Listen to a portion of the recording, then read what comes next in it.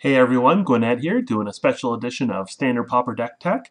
This time I'm going to be looking at my very own Metalhawk deck that I took to second place in MPDC 1114. Because of the pressures of hosting, I was not able to record any of my matches live, so this will be a retrospective look back at this particular match. This was actually the first match I played in the event, was playing PK23. He is playing Esper, and in fact he and I ended up meeting again in the finals, and although that game didn't go quite the way I was hoping, I thought this was a very interesting match, so I hope you enjoy it. So we'll get started here. Take a look here at my opener.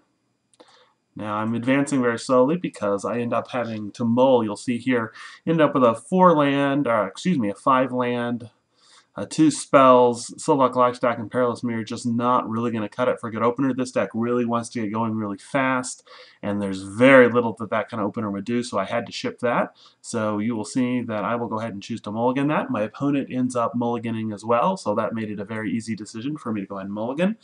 This is a lot better. One of the real great effects of this deck is to be able to take early Prophetic Prisms and then bounce them with Metalhawk.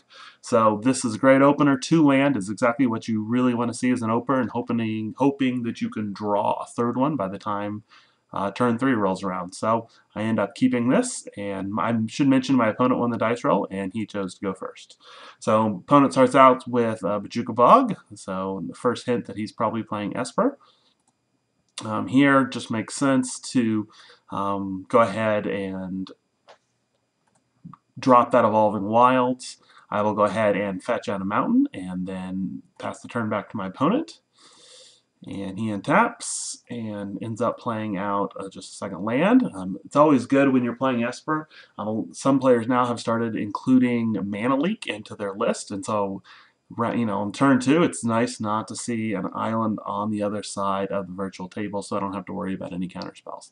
So opponent casts a Squadron Hawk, goes ahead and searches out his other 3 to refill his hand, and then of course passes the turn back.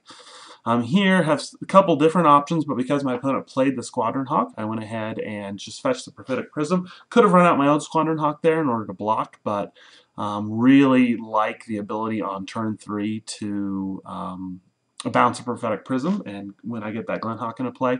And in addition, I really needed to find that next land, so I ended up just playing out the Prophetic Prism instead of getting a blocker.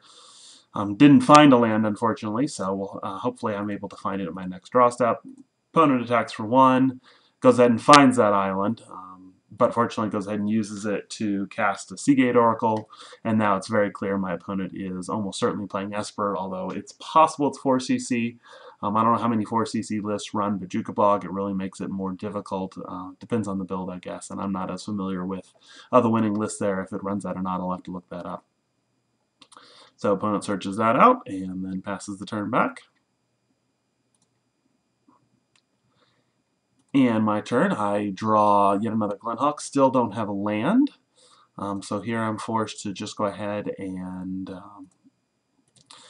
get the second Prophetic Prism into play. I guess hoping to find a land. In that case, I do hit. I don't know, that might have been a mistake. It might have been a little greedy. It might have been better to go ahead and play out a Squadron Hawk. Of course, looking back, it's great that I found a land, but if I hadn't found a land, I would have been in much worse shape. So anyway, it works out for me. Find another Evolving Wilds, and I'm guessing I'm going to go ahead and get a Plains. Yeah, this deck really doesn't need much in the way of land, but since it is playing core Sanctifiers, it is important to have both Plains, although depending on the Esper list, a lot of times there aren't very many artifacts, but still it's nice to have. Some Esper lists have been, obviously, if they're using Journey to Nowhere, Core Sanctifier is really important, but I think PK actually avoided using Journey to Nowhere. I don't think I ever saw one, simply because, when they get blown up by Core Sanctifiers, it's such a huge loss. So obviously here, I just go ahead and pass the turn back. And my opponent clearly is going to swing in here, but goes ahead and plays out a second Seagate Oracle. That's a pretty great start for him when he's able to do that, and then swing in for 2, and here we go. I still fail to find another land, but 2 is a lot better than 3.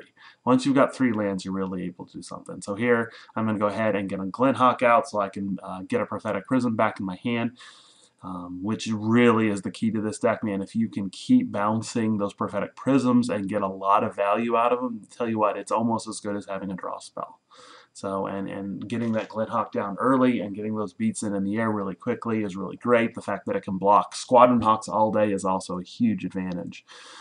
So here I go ahead and play out the Perilous Mirror. Again, gives me a blocker against the Seagate Oracle. Now, sometimes an opponent won't even attack into a Perilous Mirror since they're able to trade with a Seagate Oracle. I personally think that's a pretty good trade to make. If I was an Esper player, I'm happy to trade that off. Excuse me. So my opponent goes ahead and Doom Blade the Glenhawk. No surprise there. If he's got one, that makes perfect sense and allows him to swing in with everything, if he so chooses. And it looks like that is indeed what he does. I will go ahead and block, I believe, with the Perilous Mirror here. Yes, I block with the Perilous Mirror. And early, later I might consider using that 2 damage on my opponent, but here it just makes sense to go ahead and, I guess that's an interesting decision there, taking out the Squadron Hawk rather than the Seagate Oracle. But thinking about it, actually, it makes sense because, as I have discovered when you're both playing Squadron Hawks, if you can figure out a way to reduce one of his without killing off one of yours, so in other words, to trade without actually trading one of your Squadron Hawks in, it can be really powerful because you end up with one more, and that just, it's amazing what a difference that one extra Squadron Hawk can make. So that probably, although it wasn't what I was thinking it was doing, was probably the right call. My opponent goes ahead and gets another Squadron Hawk into play. Makes sense. Go ahead and get this back out of the way. And then he passes the turn back. Sorry, misclicked there. I end up still not finding a land. Play another Glenhawk to bounce yet another Prophetic Prism into my hand. And go ahead and play a Squadron Hawk so that I've got 2 blockers out now. Hopefully we'll slow him down as he continues.